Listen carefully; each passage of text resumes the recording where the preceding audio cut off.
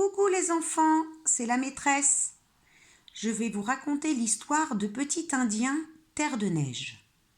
Et oui, on continue notre voyage en Amérique du Nord, au temps des Amérindiens.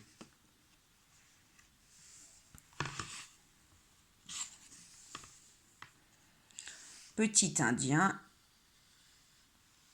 est dans son tipi.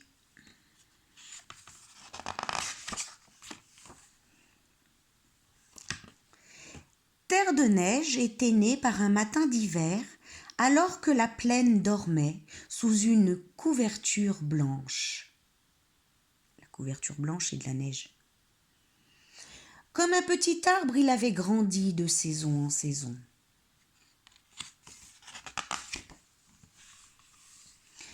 Terre de Neige aimait aller jusqu'au ruisseau, mais il rentrait toujours les mains vides de la pêche, les poissons frétillants glissant entre ses doigts. Un Indien doit savoir fondre sur sa proie comme l'aigle aux yeux perçants, lui disait son père. Mais souvent, Terre de Neige hésitait trop longtemps. Terre de Neige aimait tirer à l'arc, mais il revenait toujours bredouille de la chasse. Les lièvres filaient tous bien plus vite que ses flèches. Un Indien doit être plus vif que l'éclair, lui disait son grand-père. Mais Terre de Neige était aussi lent que les flocons blancs.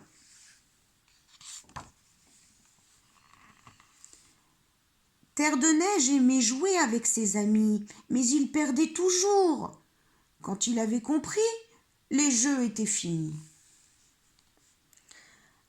Un Indien doit être plus rusé que le renard, lui disait son grand-oncle. Mais Terre de Neige rêvait, perdu dans les nuages.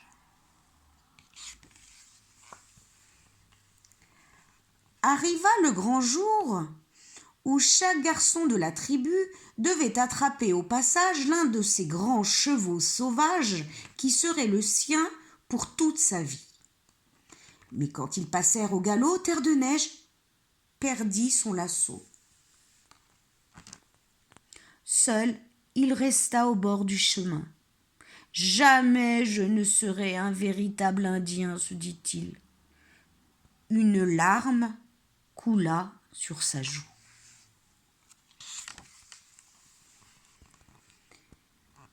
C'est là qu'un bruit de sabots lui fit tourner la tête.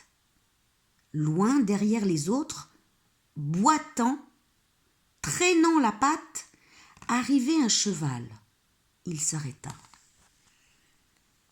Un instant, ils se regardèrent.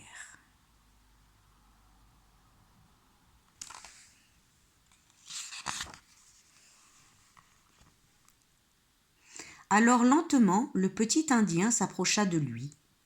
Il lui parla doucement. Le cheval ne bougea pas. Terre de Neige caressa son dos d'ébène et découvrit sa blessure. Elle était profonde.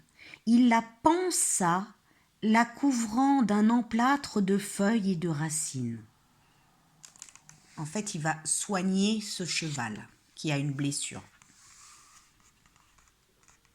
Du lever du jour au coucher du soleil, Terre de Neige soigna l'animal blessé.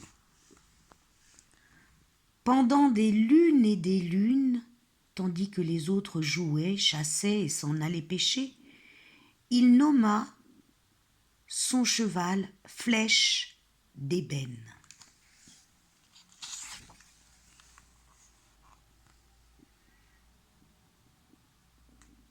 Un beau matin, Flèche d'ébène se redressa enfin et se mit à piaffer gaiement. Il était guéri.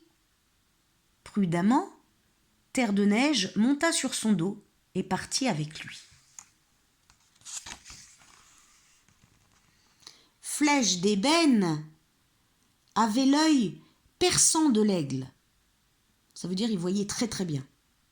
Il était plus vif plus vif que l'éclair, plus rusé que le renard et plus rapide que tous les chevaux du village. Sur son dos, il mena Terre de Neige jusqu'aux rives d'un lac perdu dans la montagne. Au bord des eaux tranquilles, la pêche lui fut facile. Et sur son dos, Terre de Neige apprit à viser avec tant d'aplomb qu'il fit mouche à chaque fois. Ça veut dire il réussit. Regarde, il est monté sur le dos et il tire les flèches à l'envers.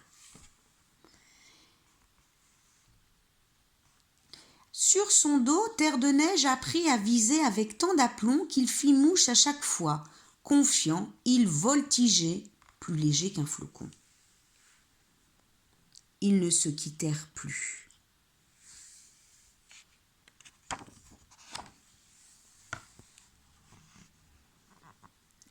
Flèche d'ébène emportait Terre de Neige par-delà les plaines à la vitesse du vent.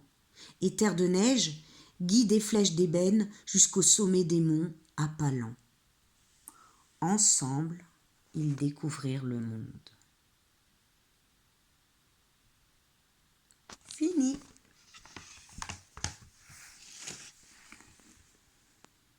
J'espère que ça t'a plu. À bientôt. Gros bisous.